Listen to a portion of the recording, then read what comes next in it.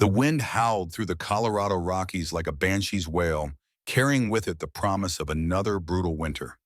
Snow fell in thick, relentless sheets, blanketing the mountainside in a deceptive beauty that masked the harsh reality of survival at 10,000 feet above sea level. Through this frozen wasteland, a figure stumbled forward, each step a monumental effort against the elements that seemed determined to claim another victim. Diane Gray pressed her threadbare shawl tighter around her shoulders, but the worn fabric offered little protection against the bitter cold that seeped through to her bones.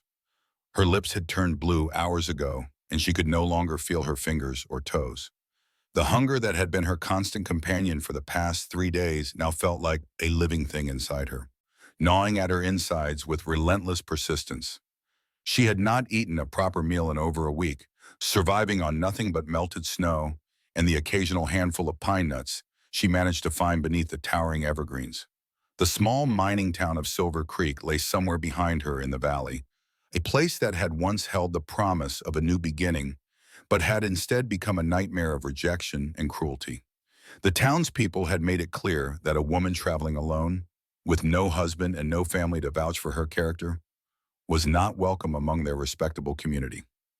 The boarding house had turned her away despite her offer to work for room and board. The general store owner had looked at her with suspicion when she asked about employment, his eyes lingering on her worn dress and hollow cheeks with undisguised disdain. Now, as the storm intensified around her, Diane realized she might have made a fatal mistake in leaving the town behind. But what choice had she possessed?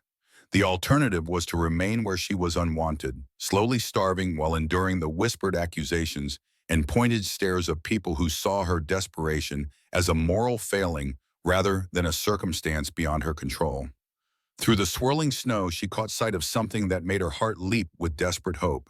A thin column of smoke rose from somewhere ahead, barely visible against the gray sky, but unmistakably real.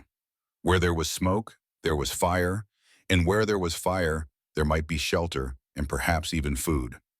She forced her frozen legs to move faster, driven by the primal need for survival that had kept her going when everything else had failed. The smoke led her to a cabin nestled among a grove of towering pines, its log walls dark with age and weather, but solid and welcoming in their permanence. Golden light flickered behind frost-covered windows, and the scent of burning wood mixed with something that made her stomach clench with desperate hunger. Someone was cooking inside, and the aroma of what might have been stew or soup carried on the wind like a cruel taunt to her empty belly. Before we see how this ends, tell us where you're watching from and hype this video in the comments. Diane approached the heavy wooden door with trembling steps, her pride warring with her desperation. She had been raised to be self-sufficient, to never beg or impose upon others, but starvation had a way of stripping away such noble intentions. She raised her frozen fist and knocked, the sound barely audible above the wind's constant moan. Footsteps approached from within, heavy and measured, and Diane found herself holding her breath as the door swung open. The man who stood before her was tall and broad-shouldered, with dark hair touched by premature gray at the temples and eyes the color of winter storms. His face was weathered by years of mountain living, marked by lines that spoke of both hardship and quiet strength. He wore a simple flannel shirt and wool trousers, but there was something in his bearing that suggested he was accustomed to solitude and self-reliance. Eugene Adams studied the woman on his doorstep with careful attention, taking in her obvious distress without allowing his expression to betray his thoughts. He had lived alone on this mountain for the better part of 5 years, choosing isolation over the complications that came with human society. Visitors were rare, and a woman traveling alone in such weather was unprecedented. "Please," Diane whispered, her voice barely audible above the storm. "I don't mean to impose, but I haven't eaten in days, and the cold—" She swayed slightly on her feet, the effort of speaking seeming to drain what little strength she had remaining. Eugene's eyes took in her hollow cheeks, the way her clothes hung loose on her diminished frame, and the desperate hope that flickered in her gaze despite her obvious exhaustion. He had seen that look before, in the eyes of wounded animals that had wandered onto his property seeking shelter. It was the look of a creature pushed to the very edge of survival, willing to trust a stranger because the alternative was death. "You're half frozen, Paul," he observed, his voice gruff but not unkind. He stepped aside, gesturing for her to enter. "Come in before you collapse on my doorstep." Diane stumbled across the threshold, her legs nearly giving out as the warmth of the cabin enveloped her like a physical embrace. The interior was sparse but comfortable, furnished with handmade furniture that spoke of careful craftsmanship. A stone fireplace dominated one wall, its flames casting dancing shadows across the room and filling the space with blessed warmth. The scent of cooking food was stronger here, making her mouth water despite her exhaustion. Eugene closed the door behind her, shutting out the wind's howl and the driving snow. He studied his unexpected guest with the same careful attention he might give to evaluating the health of an injured animal. She was young, perhaps in her mid-20s, with auburn hair that had escaped from its pins to frame a face that might have been beautiful under better circumstances. Now, however, she looked like a ghost of herself, all sharp angles and hollow spaces where proper nourishment should have filled out her features. "Sit," he commanded, indicating a chair near the fire. "You need to warm up slowly or you'll shock your system."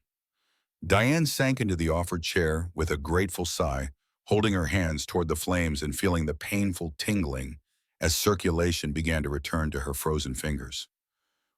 She watched Eugene move about the cabin with economical grace, ladling something from a pot that hung over the fire into a wooden bowl. The sight of actual food made her stomach cramp with anticipation. "Thank you," she managed to say as he placed the bowl in her hands. The warmth of it against her palms was almost as welcome as the prospect of eating. "I don't know how to repay your kindness." "Eat first," Eugene replied, settling into a chair across from her. "We'll worry about the rest later." The stew was simple fare, made from venison and root vegetables, but to Diane it tasted like the finest meal she had ever consumed. She forced herself to eat slowly, knowing that her shrunken stomach would rebel if she consumed too much too quickly. Even so, she found it difficult to pace herself when faced with the first real food she had tasted in days. Eugene watched her eat without speaking, his expression unreadable. There was something in his silence that felt different from the hostile quiet she had encountered in Silver Creek. This was not the silence of judgment or suspicion, but rather the comfortable quiet of a man accustomed to his own company and untroubled by the lack of conversation. "What's your name?" he asked when she had finished half the bowl. "Diane Gray," she replied, setting the bowl aside reluctantly. Her stomach felt fuller than it had in weeks, but she was still far from satisfied.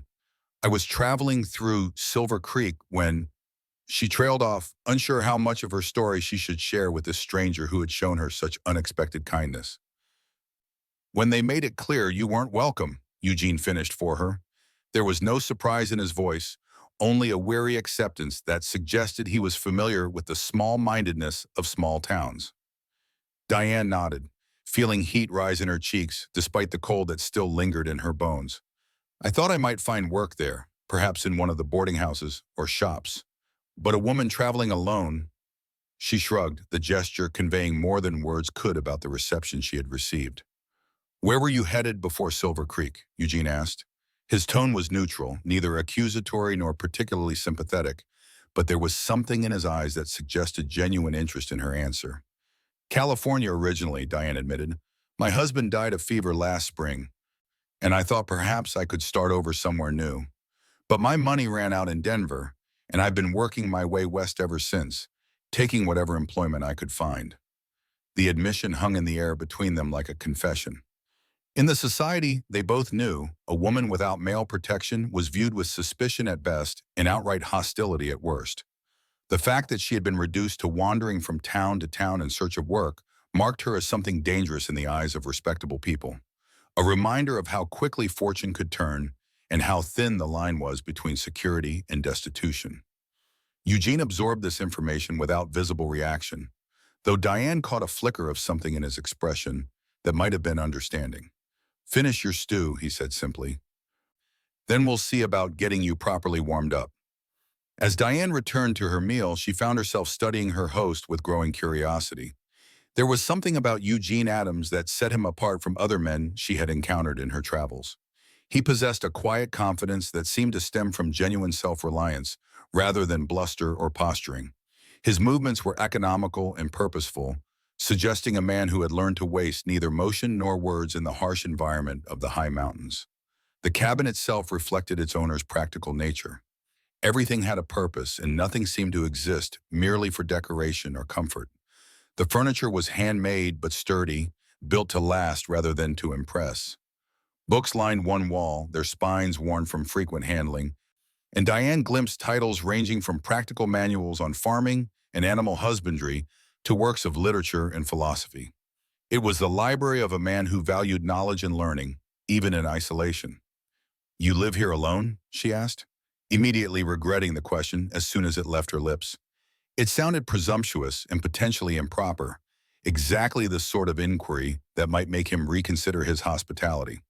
"For 5 years now," Eugene confirmed without apparent offense. "It suits me better than town living."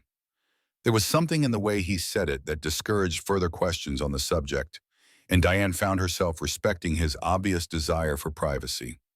She finished her stew in silence, acutely aware of the storm that continued to rage outside the cabin's protective walls. The wind had intensified, if anything, and she could hear the creak and groan of tree branches bending under the weight of accumulating snow. "The storm's getting worse," Eugene observed, as if reading her thoughts. He rose from his chair and moved to one of the windows, peering out through the frost-covered glass. "This is shaping up to be a bad one. Could last for days." The implications of his words sent a chill through Diane that had nothing to do with the cold. She had nowhere to go, no resources to fall back on, and no means of surviving such weather in the open. She was entirely dependent on the kindness of this stranger, a position that made her deeply uncomfortable despite her desperate circumstances. "I don't want to impose," she began, but Eugene cut her off with a sharp gesture. "You're not imposing," he said firmly. "No one travels in weather like this unless they have no choice. You'll stay until it passes." The certainty in his voice brooked no argument, and Diane found herself both relieved and troubled by his decision. Relief because it meant she would not have to face the storm again, at least not immediately. Troubled because she had nothing to offer in return for his hospitality, and the longer she stayed, the greater her debt to him would become. "I can work," she offered. "I'm not afraid of hard labor, and I learn quickly. If you'll let me stay, I can earn my keep." Eugene turned from the window to study her with those storm-gray eyes. "Can you cook?" "Yes," Diane replied eagerly. "I kept house for my husband and helped in his medical practice. I can cook, clean, mend clothing, tend to minor injuries. I even know something about preserving food and managing supplies." "Your husband was a doctor?" "A country physician," Diane confirmed. "Not formally trained, but skilled enough to serve the needs of our community. I assisted him with his patients and learned a great deal about healing in the process." This information seemed to interest Eugene more than her other qualifications. He nodded slowly as if filing the knowledge away for future reference. "Medical skills are valuable up here," he admitted. "Nearest doctor is 2 days' ride in good weather." The conversation was interrupted by a tremendous crash from outside, followed by the sound of splintering wood. Eugene grabbed a lantern and heavy coat from a peg near the door, his movements quick and purposeful. "Stay inside," he ordered, pulling on the coat with practiced efficiency. That sounded like a tree coming down, probably across the path to the barn. "I need to check on the animals." Before Diane could respond, he had opened the door and disappeared into the howling storm, leaving her alone in the warm cabin with her thoughts and fears. She moved to the window he had vacated, trying to peer through the frost and driving snow to catch a glimpse of him, but the storm had swallowed him completely. Minutes stretched into what felt like hours as Diane waited for Eugene's return. The wind seemed to grow stronger with each passing moment, and she found herself imagining all manner of disasters that might have befallen her reluctant host. What if the falling tree had struck him? What if he had become lost in the storm, unable to find his way back to the cabin? What would become of her then, stranded alone in the wilderness with no knowledge of the local terrain and no means of survival? The thought of Eugene's potential fate troubled her more than she cared to admit. In the few hours since he had opened his door to her, he had shown her more genuine kindness than she had encountered in weeks of traveling. He had fed her without question, offered her shelter without demand for payment, and treated her with a respect that had nothing to do with her social position or lack thereof. The possibility that something might have happened to him filled her with a guilt that went beyond mere self-interest. When the door finally opened again, Diane nearly cried out with relief. Eugene stamped the snow from his boots and shook it from his coat, his face red with cold but otherwise unharmed.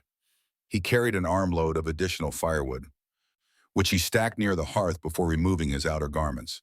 "The animals are secure," he reported, settling back into his chair near the fire. "Lost a big pine across the path, but it missed the barn by a good 10 feet. We'll have to clear it once the storm passes, but for now, everything's as safe as it can be." Diane realized she had been holding her breath and released it slowly. "I was worried," she admitted. "When you didn't come back right away." Eugene glanced at her with something that might have been surprise. "Worried about me or about being stranded here alone?" The question was direct enough to demand an honest answer, and Diane found herself meeting his gaze without flinching. "Both," she said simply. "But mostly about you. You've shown me nothing but kindness. And the thought that something might have happened to you because you were taking care of your animals." She trailed off, unable to finish the sentence. Something shifted in Eugene's expression, a subtle softening that transformed his weathered features. For a moment, the careful distance he maintained seemed to waver, revealing a glimpse of the man beneath the mountain hermit's facade. "I've been taking care of myself up here for 5 years," he said quietly. "It would take more than a storm to finish me off." But even as he spoke the words with characteristic confidence, Diane caught something in his tone that suggested the isolation had not been without its costs. There was a loneliness in his voice that resonated with her own experience of being cut off from human connection. And she found herself wondering what had driven him to seek solitude in these remote mountains. The fire crackled between them, casting shifting patterns of light and shadow across the cabin's interior.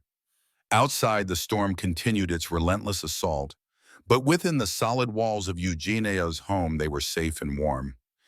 Diane felt her eyelids growing heavy as the combination of food, warmth, and exhaustion finally began to take its toll. "You should rest," Eugene observed, noting her obvious fatigue. "You can take my bed, I'll sleep by the fire." "I couldn't," Diane protested automatically. "This is your home. I should be the one sleeping on the floor." "You're my guest," Eugene replied with finality, "and you're still recovering from exposure. You need proper rest." Before Diane could argue further, a new sound penetrated the storm's howl. It was distant but unmistakable, the sound of horses moving through deep snow, accompanied by the muffled voices of men calling to one another. Eugene was on his feet instantly, his body tense with sudden alertness. "Someone's coming," he said, moving to extinguish the lantern that sat on the table. "In this weather, that means trouble." The voices grew closer, and Diane could make out individual words carried on the wind. They were calling someone's name, searching for something or someone with the persistence of men who would not be easily deterred. Eugene moved to a cabinet near the door and withdrew a rifle, checking its load with practiced efficiency. "Who would be out in this storm?" Diane whispered, fear making her voice barely audible. "Men with serious business," Eugene replied grimly. "The kind of business that can't wait for better weather."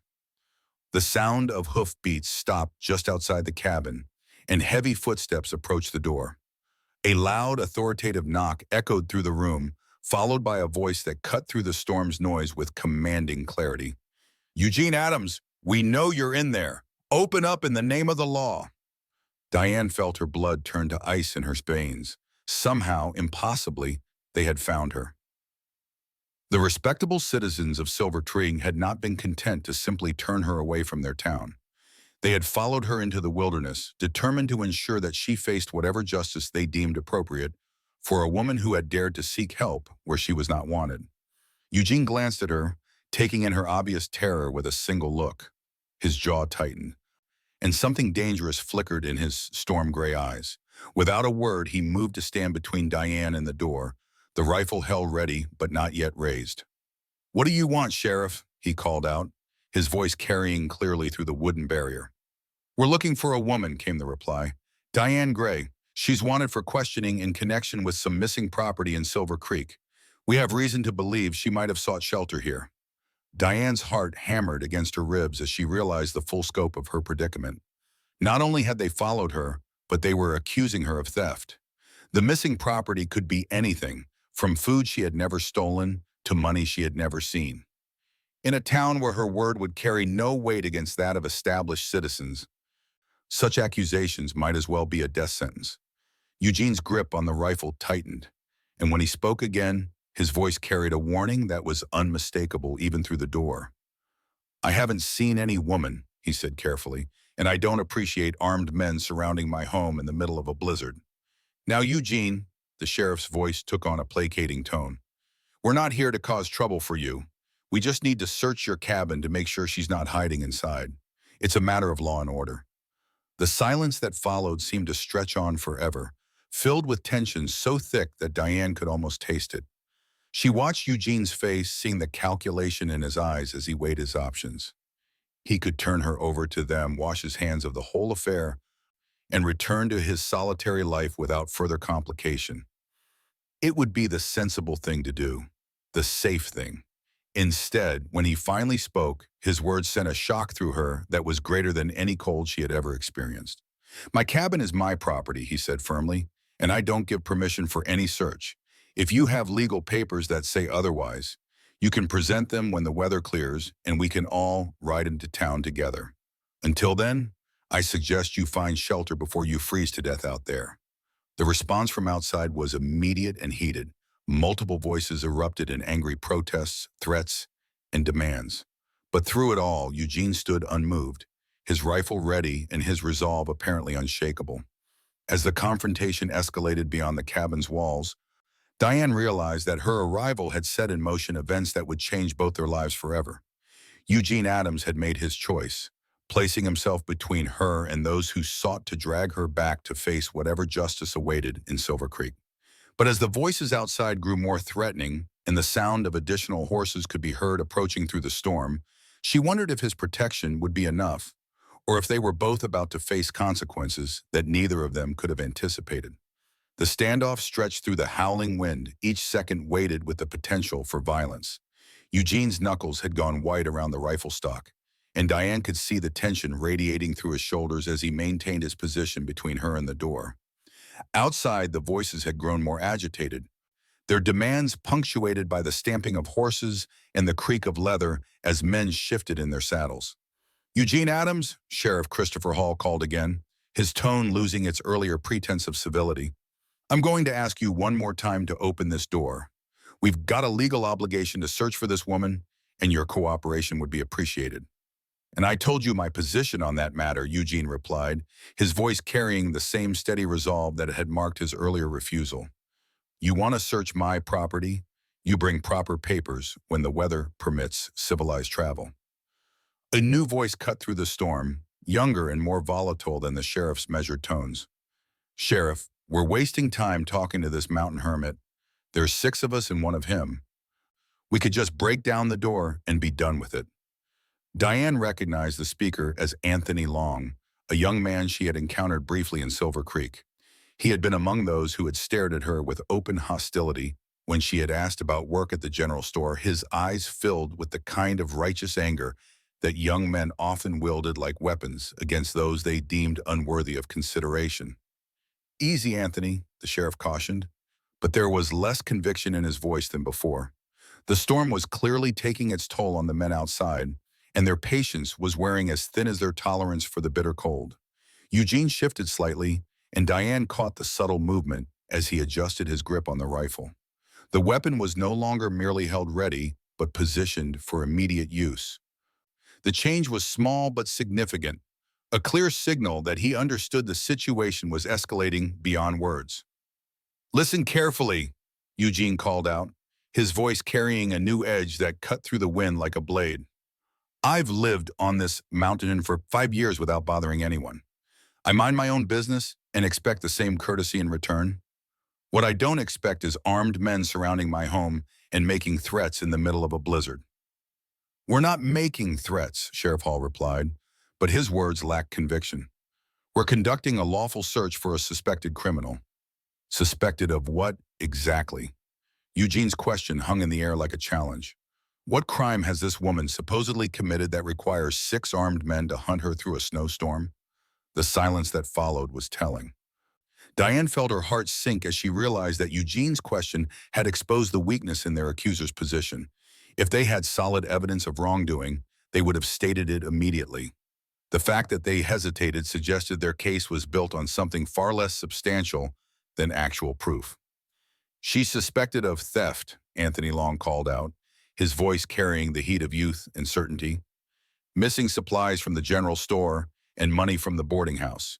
She was seen in both places before the items went missing. Seen asking for work and being turned away, Eugene countered. That's hardly evidence of theft. Diane closed her eyes, feeling the weight of the accusations settle around her like chains. She had indeed visited both establishments, desperate for employment and shelter. But she had taken nothing beyond the harsh words and cold stares that had been freely given. The missing items, if they truly existed, had nothing to do with her presence in Silver Creek. You weren't there, another voice interjected. This one belonged to Charles Roberts, the boarding house owner who had refused her request for work in exchange for a room. You didn't see the way she looked at things, like she was planning to take whatever she could get her hands on. The accusation was so patently absurd that Diane almost laughed despite her fear.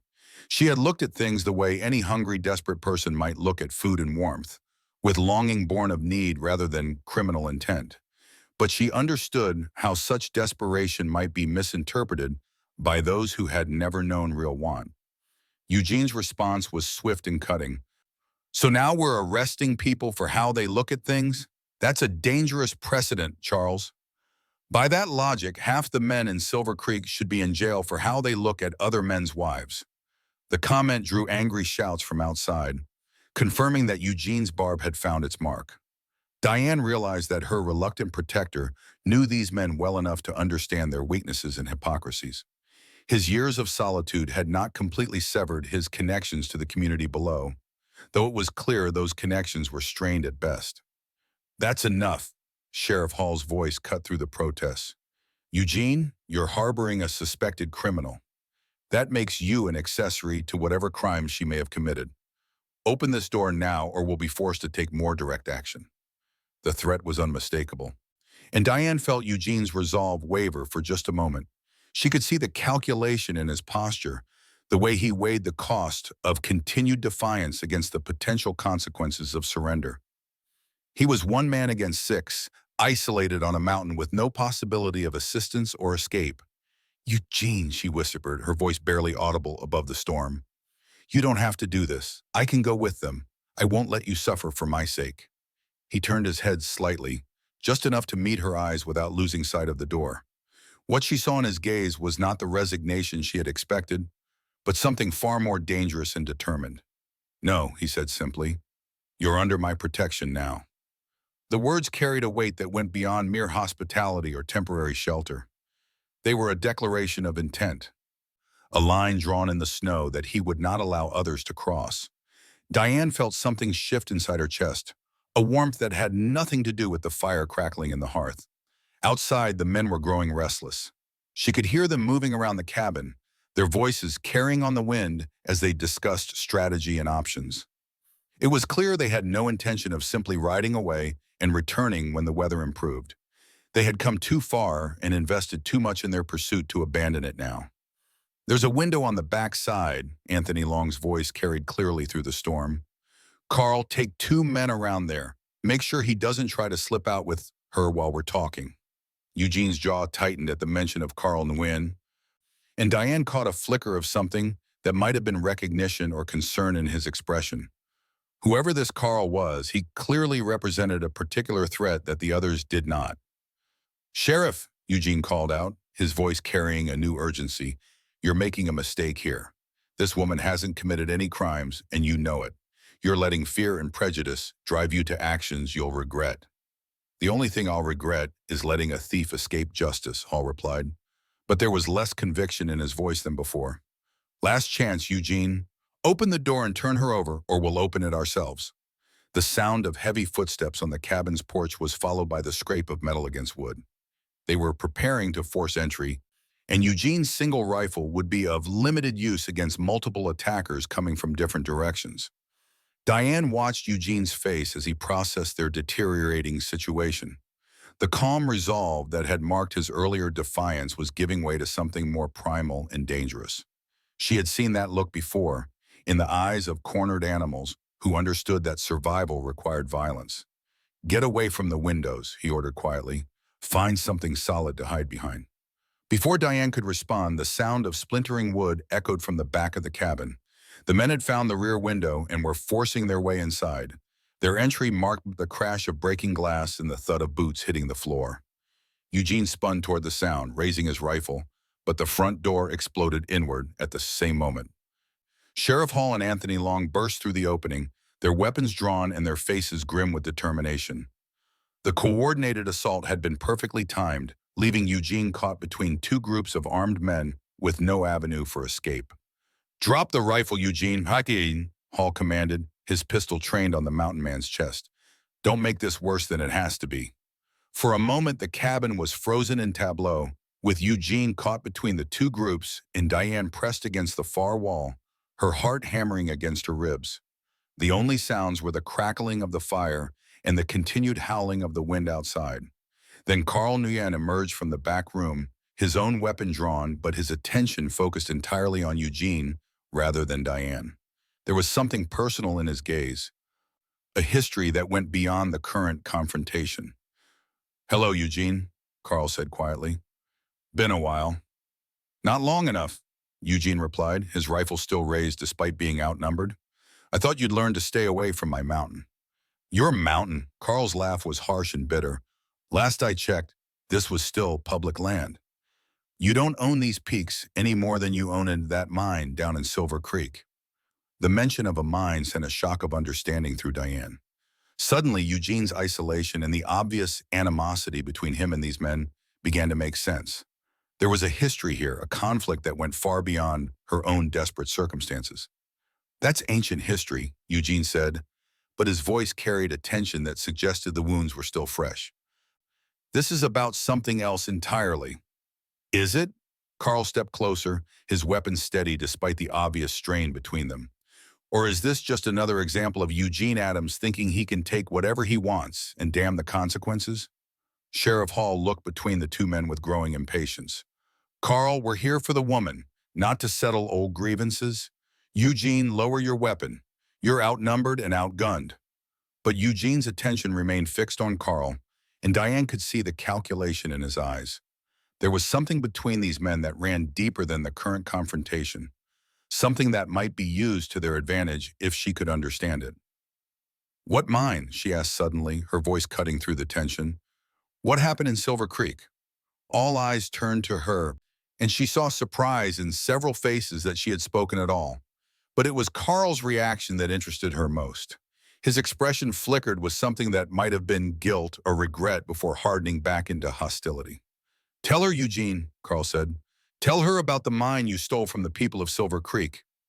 Tell her about the families you ruined when you disappeared with the deed and the profits." Eugene's face went pale, but his rifle never wavered. "That's not how it happened, and you know it." "Then how did it happen?" Diane pressed, sensing that the truth of this old conflict might be the key to their current predicament. "What really took place?" For a moment, no one spoke. The wind continued to howl outside, and the fire crackled in the hearth. But the human drama playing out in the cabin's confines had reached a moment of perfect stillness. Then Eugene lowered his rifle slightly, though he kept it ready for immediate use. When he spoke, his voice carried the weight of old pain and bitter experience. "There was a silver mine in the hills above Silver Creek," he began. "I discovered it while prospecting, filed the proper claims, and began working it with a partner. The mine was profitable enough to support several families, and we hired local men to help with the excavation." "And then you disappeared," Anthony Long interjected, his young voice hot with accusation. "Took everything and left the town to struggle without the income the mine provided." "I left," Eugene admitted, "but not with anything that didn't belong to me. The mine played out, the silver was gone, and there was nothing left to support the operation. I told the townspeople the truth, but they didn't want to hear it. They preferred to believe I had cheated them rather than accept that the prosperity was temporary." Carl's laugh was harsh and disbelieving. "Convenient story, Eugene. The mine just happened to play out right after you decided to become a hermit on this mountain. The mine played out because we followed the vein to its natural conclusion, Eugene replied. I have the geological surveys to prove it, if anyone cared to look at evidence rather than accusations. Diane watched the interplay between the men, seeing the layers of old hurt and misunderstanding that had festered over the years. The truth, as always, was probably more complex than either side wanted to admit.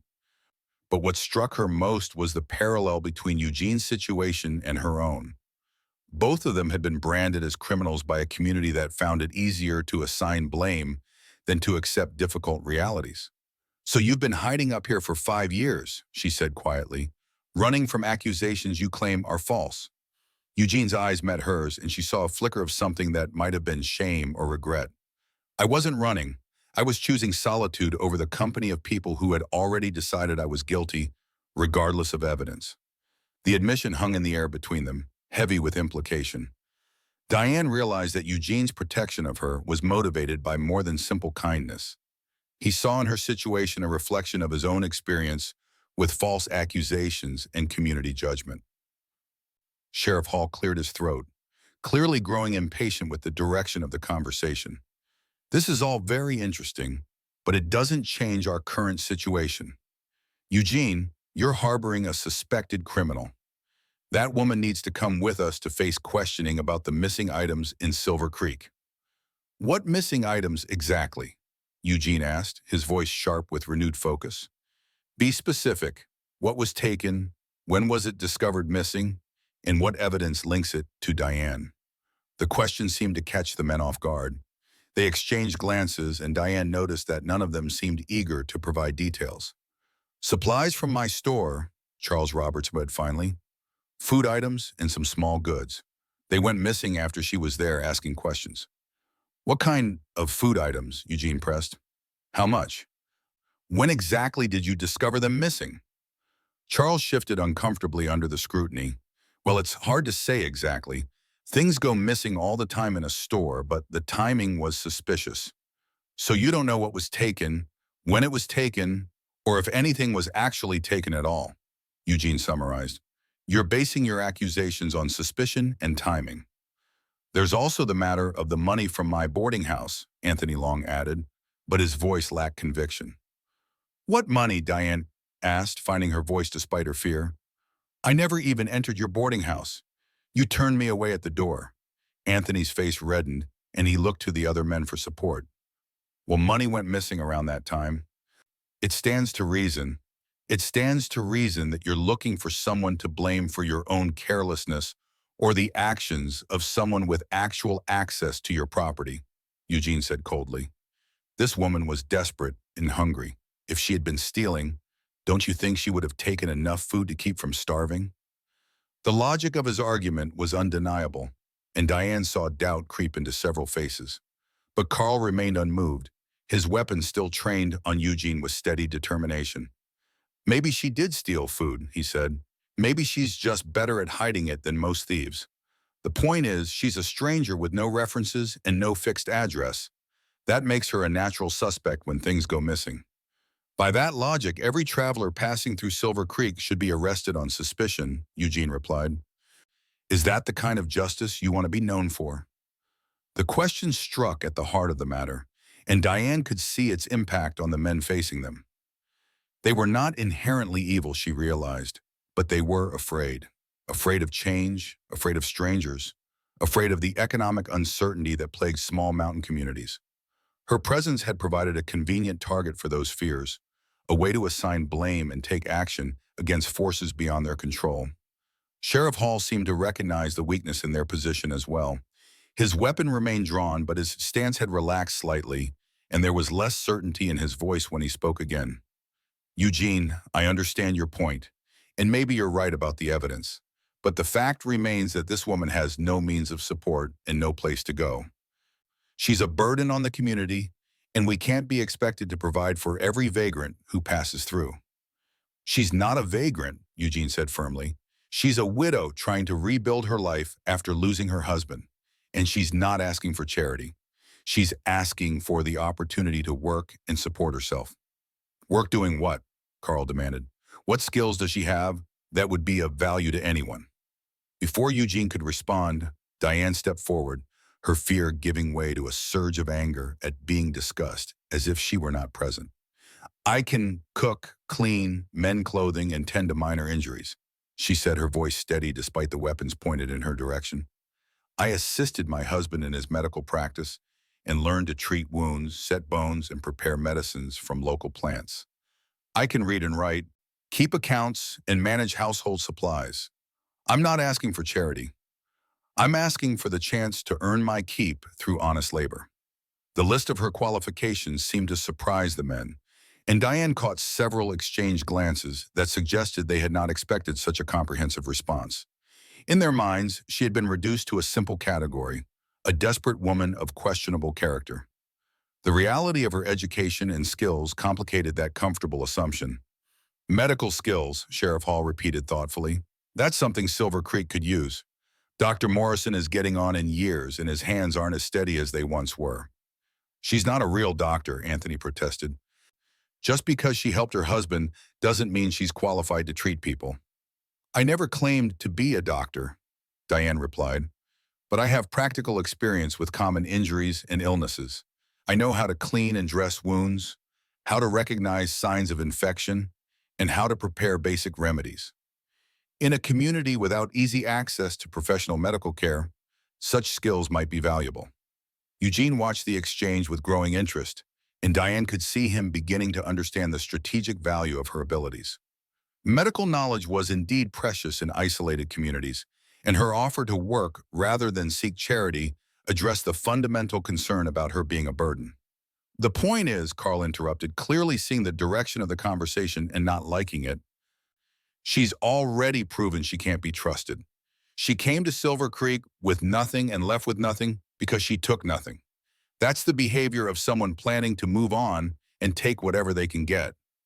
Or the behavior of someone who was made to feel unwelcome and chose to leave rather than cause trouble, Eugene countered. Which interpretation fits better with the woman who's been sitting in my cabin for the past few hours? The question forced the men to consider Diane as an individual rather than a symbol of their fears.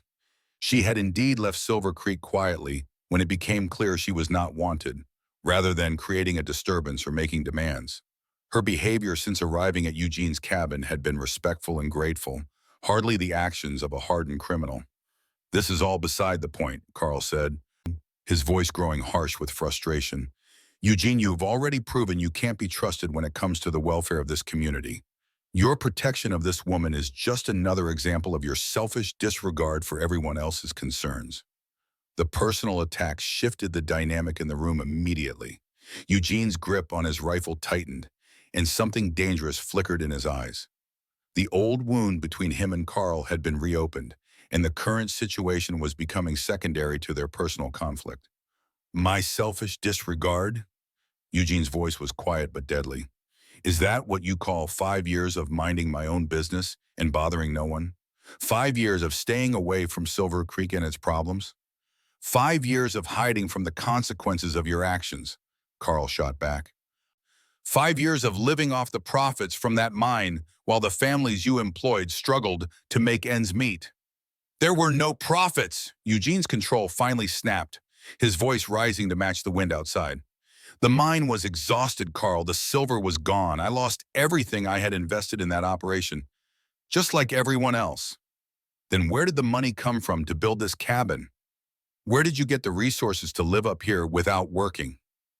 The question seemed to strike Eugene like a physical blow. For a moment he was silent, and Diane could see him struggling with some internal conflict. When he finally spoke, his voice was heavy with old pain. I had savings from before the mine, he said quietly. Money I had put aside from other work, other investments. I used that to build this place and support myself while I learned to live off the land. Every penny of profit from the mine went back into operations or wages for the men who worked there. Convenient that you can't prove that, Carl said, but there was less conviction in his voice than before. I can prove it, Eugene replied. I kept detailed records of every transaction, every expense, every payment made to workers. Those records are in Silver Creek, in the bank vault where I deposited them before I left. Anyone who cared to look could verify the truth of what I'm saying. The revelation seemed to stun the men into silence. If Eugene was telling the truth and the records existed to prove it, then the accusations against him were based on assumption rather than fact.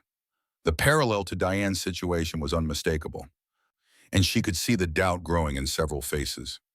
Sheriff Hall was the first to recover his composure.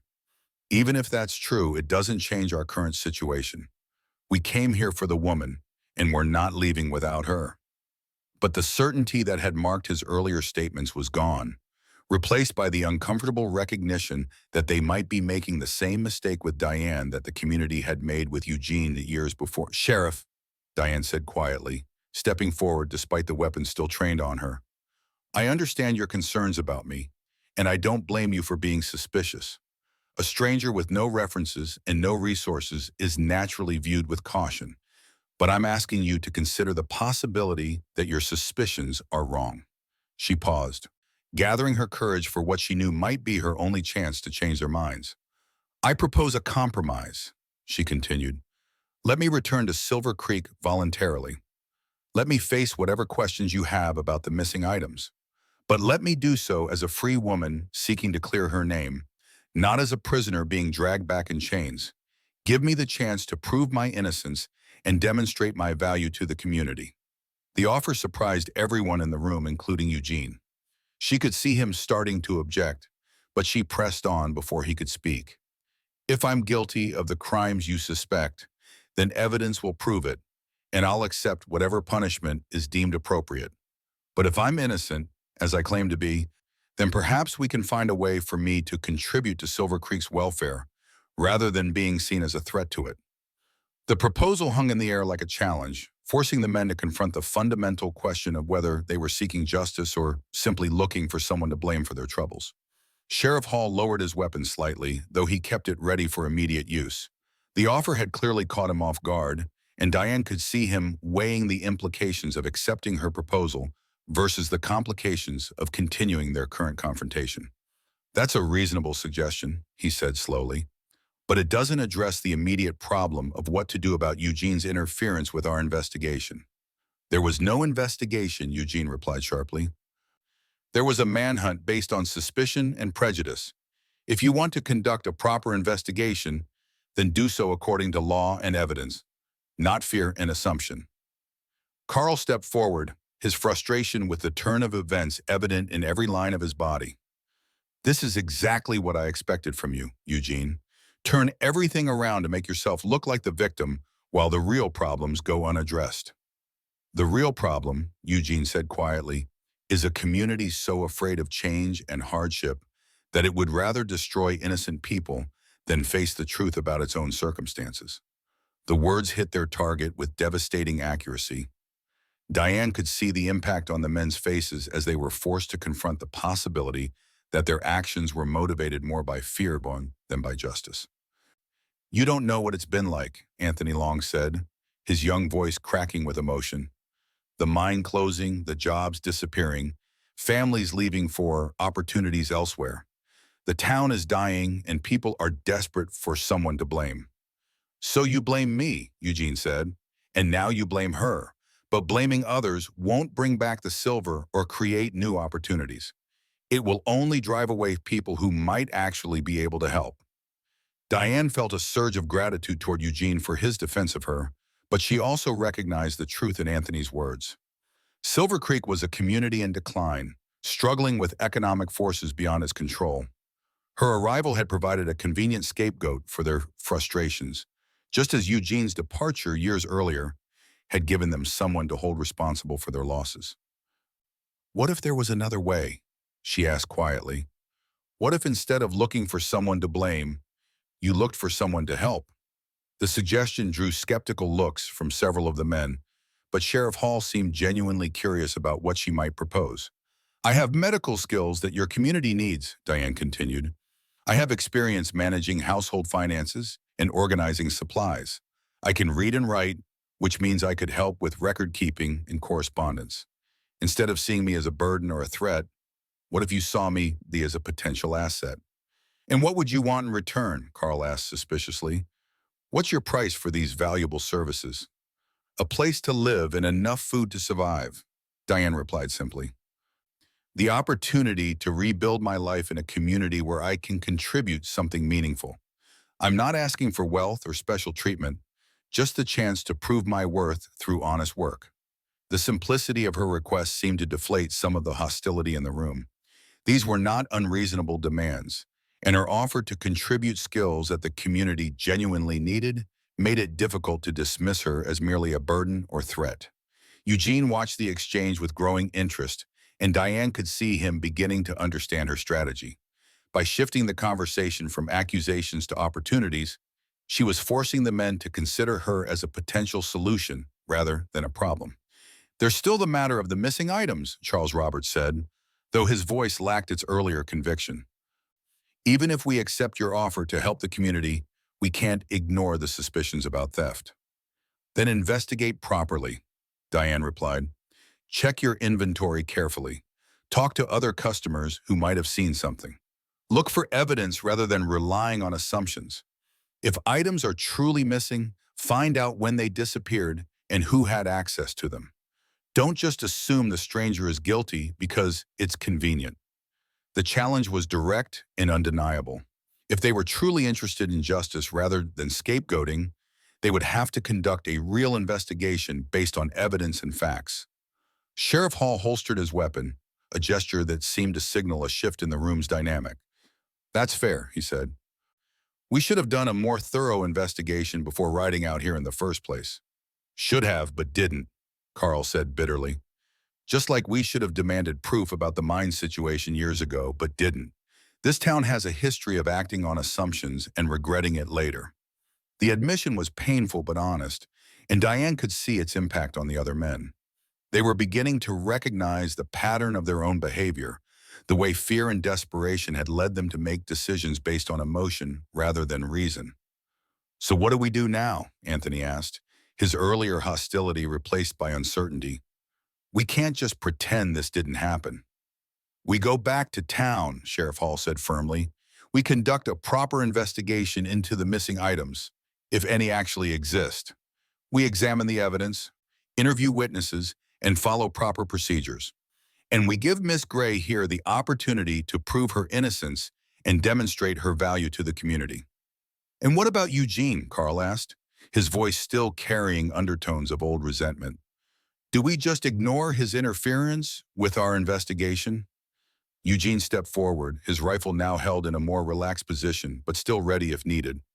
My interference, as you call it, was protecting an innocent person from a mob. If you want to charge me with that, go ahead, but I won't apologize for doing what I believe was right. The two men faced each other across the cabin, years of mistrust and misunderstanding evident in their postures. Diane realized that the resolution of her immediate situation would not heal the deeper wounds between Eugene and the community he had left behind. Maybe it's time we all acknowledged our mistakes, Sheriff Hall said quietly. Eugene, maybe you should have stayed and fought the accusations instead of leaving. And maybe we should have demanded proof instead of accepting rumors and suspicions. Maybe, Eugene agreed, but that's in the past now. The question is what we do going forward. The wind outside had begun to diminish slightly, though the snow continued to fall in heavy sheets. The storm that had brought them all together was starting to weaken, but the human drama it had precipitated was far from resolved. I'll go back with you, Diane said, breaking the silence that had settled over the room. Not as a prisoner, but as someone willing to face questions and prove her innocence. And if the investigation clears me, I hope you'll consider my offer to contribute to the community's welfare. And if it doesn't clear you, Carl asked bluntly. Diane met his gaze without flinching. Then I'll accept whatever consequences are deemed appropriate, but I'm confident that a fair investigation will prove I've done nothing wrong. The confidence in her voice seemed to impress the men, and Diane could see doubt continuing to erode their earlier certainty about her guilt. A truly guilty person might be expected to resist investigation, not welcome it. Eugene moved closer to her, his presence offering silent support. I'll come with you, he said quietly, as a witness to your character and to ensure you're treated fairly. The offer surprised everyone, including Diane. Eugene had spent 5 years avoiding Silver Creek and its problems, choosing isolation over the complications of community involvement. His willingness to return, even temporarily, represented a significant change in his position. "That's not necessary," Sheriff Hall said. "We can handle this properly without outside interference." "It's not interference," Eugene replied. "It's ensuring that the same mistakes aren't made twice. I have a stake in seeing that justice is done fairly this time." Carl's expression darkened at the implication, but he seemed to recognize that further argument would only make their position look worse. The moral high ground had shifted during the conversation, and continuing to resist reasonable proposals would only reinforce the impression that they were more interested in finding someone to blame than in discovering the truth. The standoff had transformed into something resembling negotiation, but the underlying tensions remained unresolved. As the storm outside began to show signs of weakening, the human storm inside the cabin reached its own moment of critical decision. The silence stretched between them like a bridge over an abyss, each person calculating the weight of their next words against the consequences of action or inaction. Outside, the storm's fury was beginning to ebb, its howling reduced to a steady moan that no longer threatened to tear the cabin from its foundations. But inside, the human tempest had reached its own moment of reckoning. Sheriff Hall was the first to break the standoff, holstering his weapon with deliberate slowness that spoke of careful consideration rather than surrender. "We'll return to Silver Creek," he announced, his voice carrying the authority of his office but tempered with newfound uncertainty. "All of us. Miss Gray will come voluntarily to answer questions about the alleged thefts, and Eugene will accompany us as a witness to ensure fair treatment." Carl Nguyen's face darkened with frustration, but he too lowered his weapon, recognizing that the momentum of the confrontation had shifted beyond his ability to control. "This isn't over, Eugene," he said quietly. "The questions about the mine, about what really happened 5 years ago, those need answers too." "Then ask them," Eugene replied with steady calm, "but ask them in the light of day, with evidence and witnesses, not in the middle of a blizzard with guns drawn." Anthony Long shifted uncomfortably, the righteous anger that had driven him up the mountain now replaced by the uncomfortable recognition that they might have acted hastily. "What if we're wrong about her?" he asked, his young voice betraying doubt. "What if she really is innocent?" "Then we'll have learned something valuable about the danger of acting on assumptions," Sheriff Hall replied, "and we'll owe both of them an apology." Diane felt a mixture of relief and apprehension wash over her as the immediate threat of violence receded. The prospect of returning to Silver Creek still frightened her, but the promise of a fair investigation was more than she had dared hope for when the men first surrounded the cabin. Eugene moved closer to her, his presence offering silent reassurance. "We'll face this together," he said quietly, his words meant for her ears alone. "Whatever questions they have, whatever accusations they make, you won't stand alone." The simple promise carried more weight than any grand declaration might have. Diane realized that somewhere in the course of this long, terrifying night, Eugene Adams had become more than just a reluctant host offering temporary shelter. He had become an ally, perhaps even something more profound than that. As the men began to prepare for the journey back to town, Diane found herself studying Eugene's weathered face in the firelight. There was something different in his expression now, a resolve that went beyond mere stubbornness or protective instinct. The isolation he had maintained for 5 years was cracking, and she suspected that her arrival had been the catalyst for changes that would extend far beyond the resolution of her immediate troubles. The wind outside continued to diminish, and through the frost-covered windows, the first hints of dawn were beginning to show in the eastern sky. The storm that had brought them all together was finally beginning to break, but its effects would linger long after the last snowflake had fallen. "We should wait for full daylight," Eugene said, checking the weather through the window. "The path down the mountain will be treacherous with all this new snow, and there's no point in risking lives for the sake of a few hours." Sheriff Hall nodded, recognizing the wisdom in the suggestion. "We'll leave at first light. That gives everyone time to prepare for what's ahead." The next few hours passed in tense quiet, with the men taking turns resting while others kept watch. Diane found herself unable to sleep, her mind racing with thoughts of what awaited her in Silver Creek. The promise of a fair investigation was encouraging, but she knew that the suspicions against her had taken root in fertile ground of fear and economic desperation.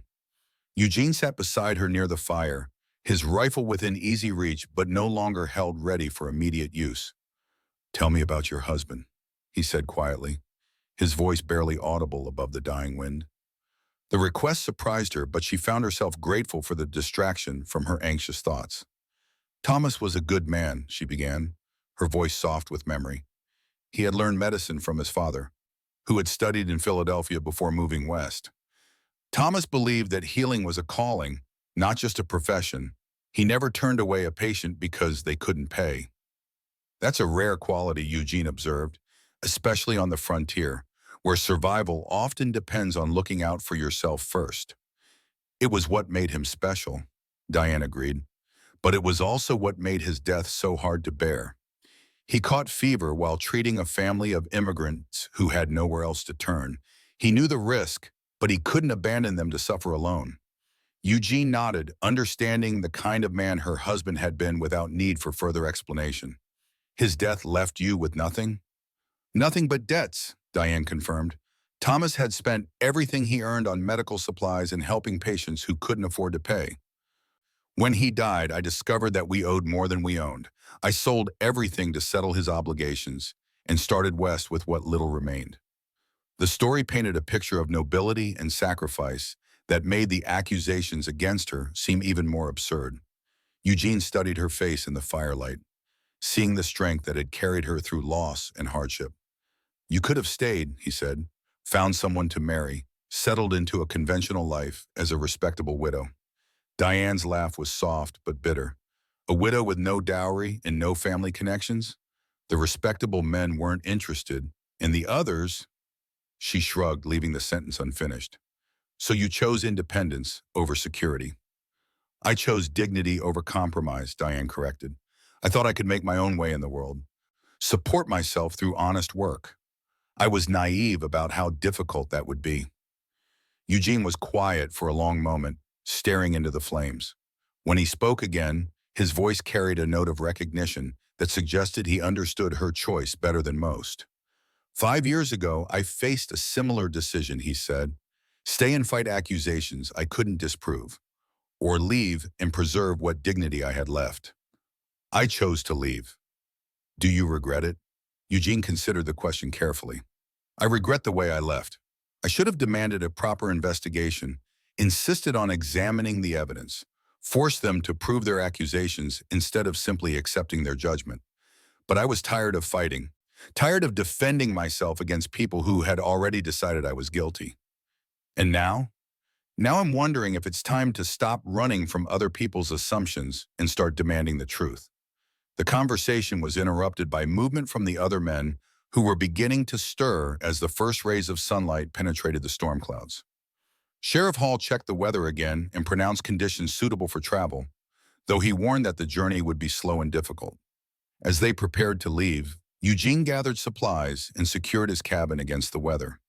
Diane watched him work, noting the care he took with each task, the way he moved through his home as if memorizing details he might not see again for some time. "You don't have to do this," she said as he shouldered a pack of provisions. "You don't owe me anything, and returning to Silver Creek will only bring you pain." Eugene paused in his preparations, meeting her eyes with steady resolve.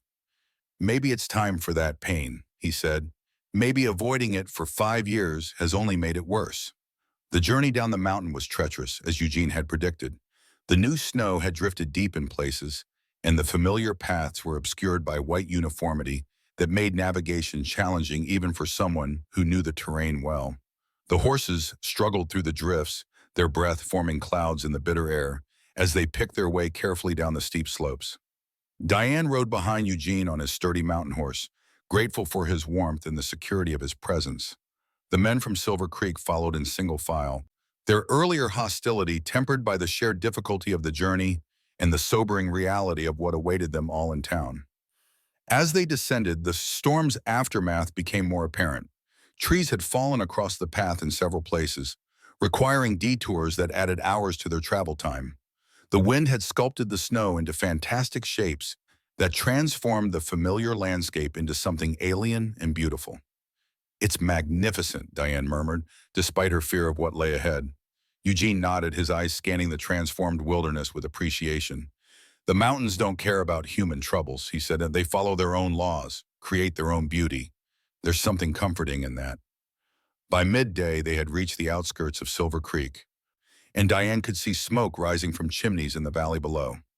The town looked smaller than she remembered, more vulnerable against the vast backdrop of snow-covered peaks. It was hard to believe that such a modest settlement could harbor the fear and suspicion that had driven her into the wilderness. As they rode down the main street, curious faces appeared at windows and doorways. Word of their arrival spread quickly, and by the time they reached the sheriff's office, a small crowd had gathered despite the cold in the early hour. Diane recognized several faces among the onlookers, including Barbara Peterson, the stern-faced woman who ran the town's only restaurant, and Frances Wright, whose boarding house had been the scene of some of the alleged thefts. Their expressions ranged from curiosity to outright hostility, and Diane felt the weight of their judgment like a physical burden. Sheriff Hall dismounted and addressed the growing crowd with authority. "We'll be conducting a proper investigation into the recent thefts," he announced. "Anyone with information or evidence should present it at the sheriff's office within the hour. We'll examine the facts carefully and reach conclusions based on evidence, not speculation." The announcement drew murmurs from the crowd, and Diane caught sight of Christine Edwards, the general store owner's wife, whispering urgently to Donna Ortiz, who worked at the boarding house. Their expressions suggested that the prospect of a thorough investigation was causing some discomfort among those who had been quick to point fingers. Inside the sheriff's office, the atmosphere was tense but more civilized than the confrontation at Eugene's cabin had been. Sheriff Hall took his place behind his desk while the others arranged themselves around the small room. Diane sat in a straight-back chair facing the desk, with Eugene standing beside her in a gesture of support that did not go unnoticed by the other men. "Let's start with the specifics," Sheriff Hall said, opening a ledger to record the proceedings. "Charles, you claimed that items were missing from your store after Miss Gray's visit. What exactly was taken?" Charles Roberts shifted uncomfortably in his chair, clearly wishing he had been more careful with his earlier accusations. "Well, it's hard to say exactly," he began. "Things go missing from a store all the time. Customers take small items, children pocket candy, employees make mistakes with inventory." "But you specifically accused Miss Gray of theft," Sheriff Hall pressed. "What evidence did you have to support that accusation?" "The timing was suspicious," Charles replied weakly. "She came in asking about work, looking desperate and hungry. It seemed logical that she might have taken something." "Logical but not proven," Eugene interjected. "Suspicion based on appearance and circumstance isn't evidence of wrongdoing." Sheriff Hall nodded, making notes in his ledger. "Anthony, what about the money allegedly missing from your boarding house?" Anthony Long looked even more uncomfortable than Charles had. "I thought some money was missing from the cash box," he said slowly. "But when I counted again this morning before we left for the mountain, I found it in a different drawer. I must have moved it myself and forgotten." The admission sent a ripple of shock in through the room. If the money had never actually been missing, then one of the primary accusations against Diane was based on a simple mistake. "So there was no theft at the boarding house?" Sheriff Hall asked for clarification. "No," Anthony admitted, his face reddening with embarrassment. "I was wrong." Diane felt a surge of vindication, but she kept her expression neutral, understanding that premature celebration might damage her position. The pattern of the investigation was becoming clear, however, and she allowed herself to hope that the truth would finally emerge. "What about other alleged incidents?" Sheriff Hall continued. "Were there any other reports of missing items or suspicious behavior?" The silence that followed was telling. No one else stepped forward with specific accusations, and the men who had been so certain of Diane's guilt just hours earlier now seemed reluctant to repeat their charges under the scrutiny of an official investigation. "It appears," Sheriff Hall said slowly, "that the evidence for theft is considerably weaker than we initially believed." Carl Nguyen stood abruptly, his frustration evident in every line of his body. "This is exactly what happened with the mine," he said angrily. We're letting ourselves be fooled by smooth talk and reasonable explanations while the real criminals escape justice. What criminals? Eugene asked sharply. What evidence do you have of any crime at all? The evidence is that you disappeared with the mine profits and she appeared when things started going missing, Carl shot back. The timing is too convenient to be coincidence. The timing is coincidental because both situations involve a community looking for someone to blame for problems beyond their control, Eugene replied. 5 years ago, you needed someone to blame for the mine's failure. Today, you needed someone to blame for your economic struggles. The truth is that sometimes bad things happen without anyone being at fault. The confrontation between Eugene and Carl was interrupted by a knock at the office door. Sheriff Hall called for the visitor to enter, and Barbara Peterson stepped inside, her expression grave but determined. Sheriff, she said formally, I have something to say about these accusations. All eyes turned to the restaurant owner, and Diane felt her heart race with apprehension. Barbara Peterson had been among the most hostile of the townspeople during her previous visit, and her testimony could tip the investigation in either direction. I've been listening to the talk around town, Barbara continued, and I've been doing some thinking about what really happened when Miss Gray was here before. She paused, seeming to gather her courage before continuing. The truth is, we were all scared, she admitted. The winter's been hard, business is slow, and people are worried about making it through until spring. When a stranger showed up asking for work, it was easy to see her as a threat instead of a person in need. The admission was painful but honest, and Diane could see its impact on the men in the room. I watched her when she came to my restaurant, Barbara continued. She asked politely about work, accepted my refusal without argument, and left quietly when it was clear she wasn't welcome. That's not the behavior of someone planning to steal from us. Then why did you turn her away? Sheriff Hall asked. Barbara's face flushed with shame. Because I was afraid that if I helped her, other desperate people would come looking for the same help. Afraid that my resources weren't enough to support anyone beyond my own family. It was selfish, and I'm not proud of it. The confession hung in the air like an indictment of the entire community's behavior. Diane felt a mixture of vindication and sadness as she realized that her treatment had been motivated by fear rather than malice. Eugene stepped forward, his voice gentle but firm. Fear is understandable, Barbara. But fear shouldn't drive us to destroy innocent people. I know that now, Barbara replied, and I want to make amends if possible. She turned to face Diane directly, her expression earnest and apologetic.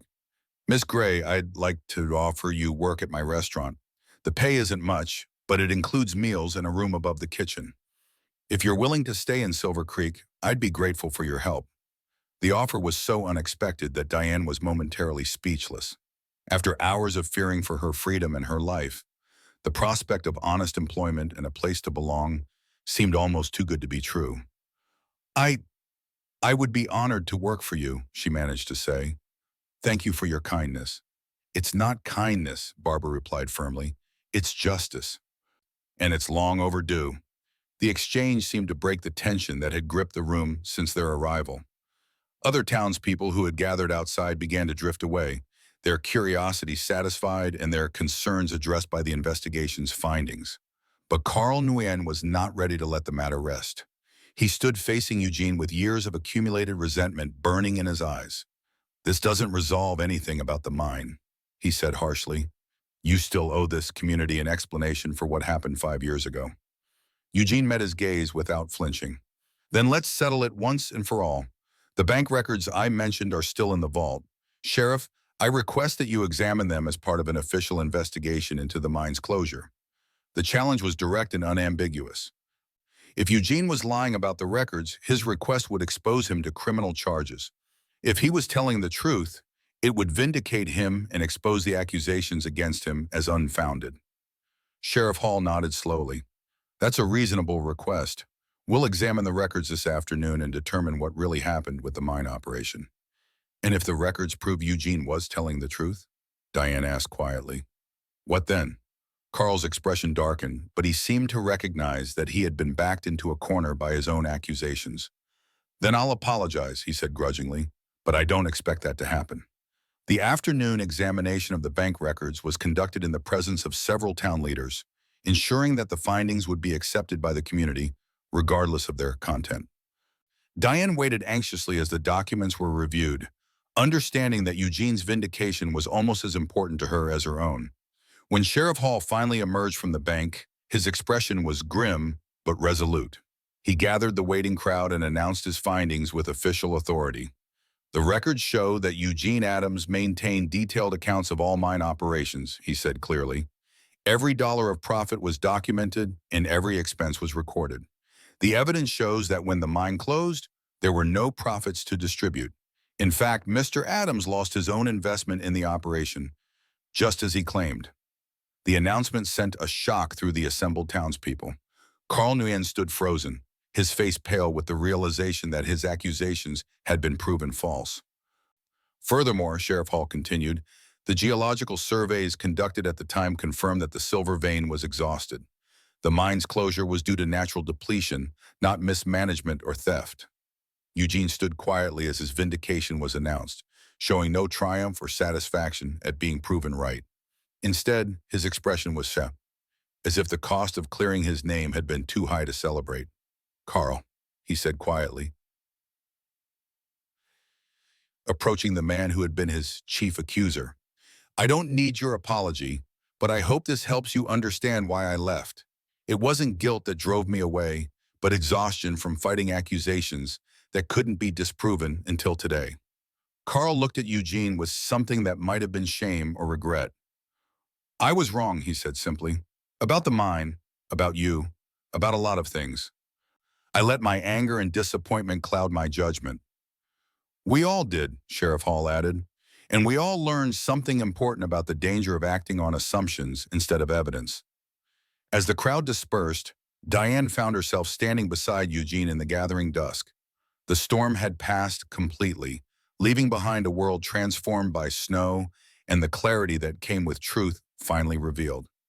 What will you do now, she asked, uncertain whether his vindication would bring him back to the community or send him deeper into isolation. Eugene was quiet for a long moment, his eyes scanning the town he had avoided for 5 years.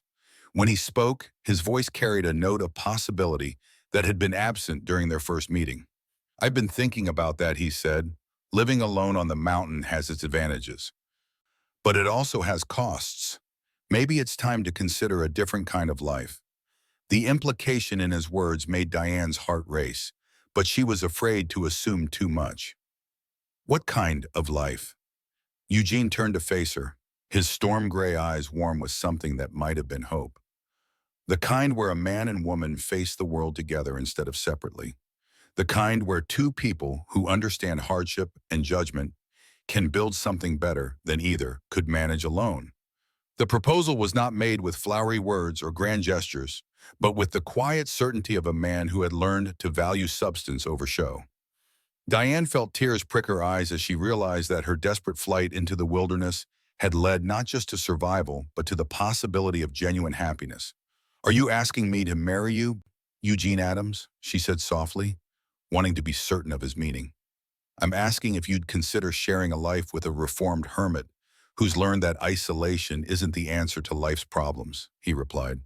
I'm asking if you'd help me build something worth having in a place where we can both belong.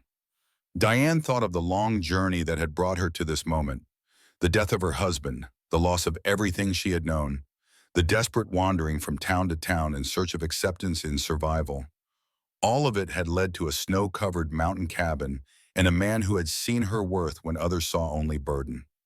Yes, she said simply, I would be honored to share that life with you. The words seemed to transform Eugene's weathered features, bringing a warmth to his expression that made him look younger and more hopeful than she had yet seen him. Then we'll build it together, he said, here in Silver Creek, where we can both prove that people can change and communities can learn from their mistakes. Barbara Peterson appeared beside them, her face glowing with approval and satisfaction. Does this mean you'll both be staying in town?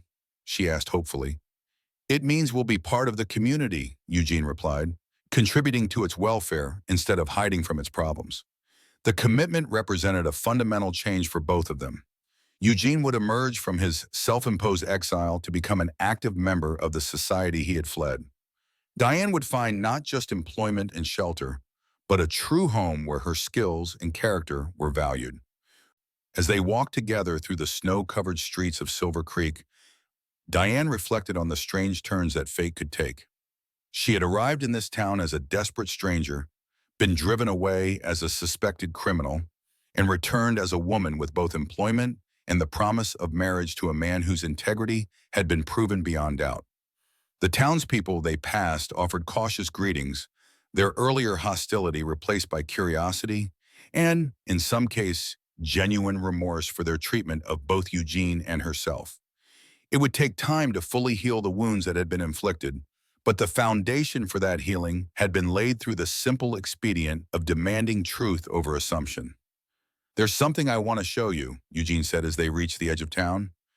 He led her to a small rise overlooking the valley, where the lights of Silver Creek twinkled like stars against the snow. "This is where I used to come when I was younger," he explained, "before the mine, before the accusations, before I learned to mistrust other people's motives. I used to sit here and imagine what kind of life I wanted to build." "What did you imagine?" Diane asked, settling beside him on a fallen log that provided a natural bench.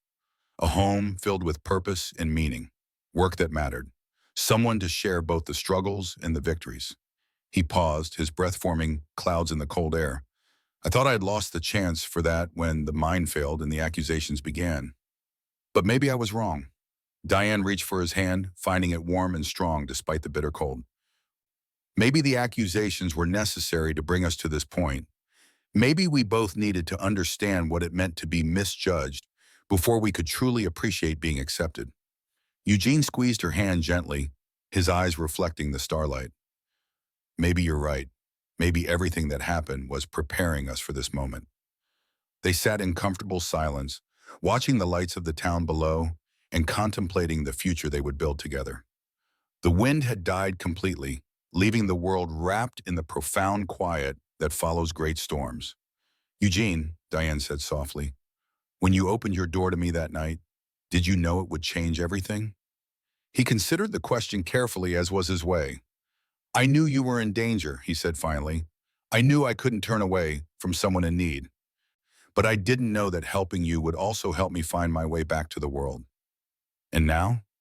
Now I know that some risks are worth taking, that some strangers are worth trusting, that some storms clear the air instead of just destroying what came before." The wisdom in his words resonated with Diane's own experience. Her desperate flight from Silver Creek had indeed been a storm, but it had swept away the false accusations and revealed the truth beneath. It had also brought her to a man whose character had been tested by adversity and proven strong. "When shall we marry?" she asked, surprising herself with her directness. Eugene smiled, the expression transforming his face with genuine joy. "Soon as the preacher can arrange it. I've waited 5 years to rejoin the world. I don't want to wait any longer to begin our life together." The eagerness in his voice matched her own feelings. They had both spent too much time in isolation, whether physical or emotional.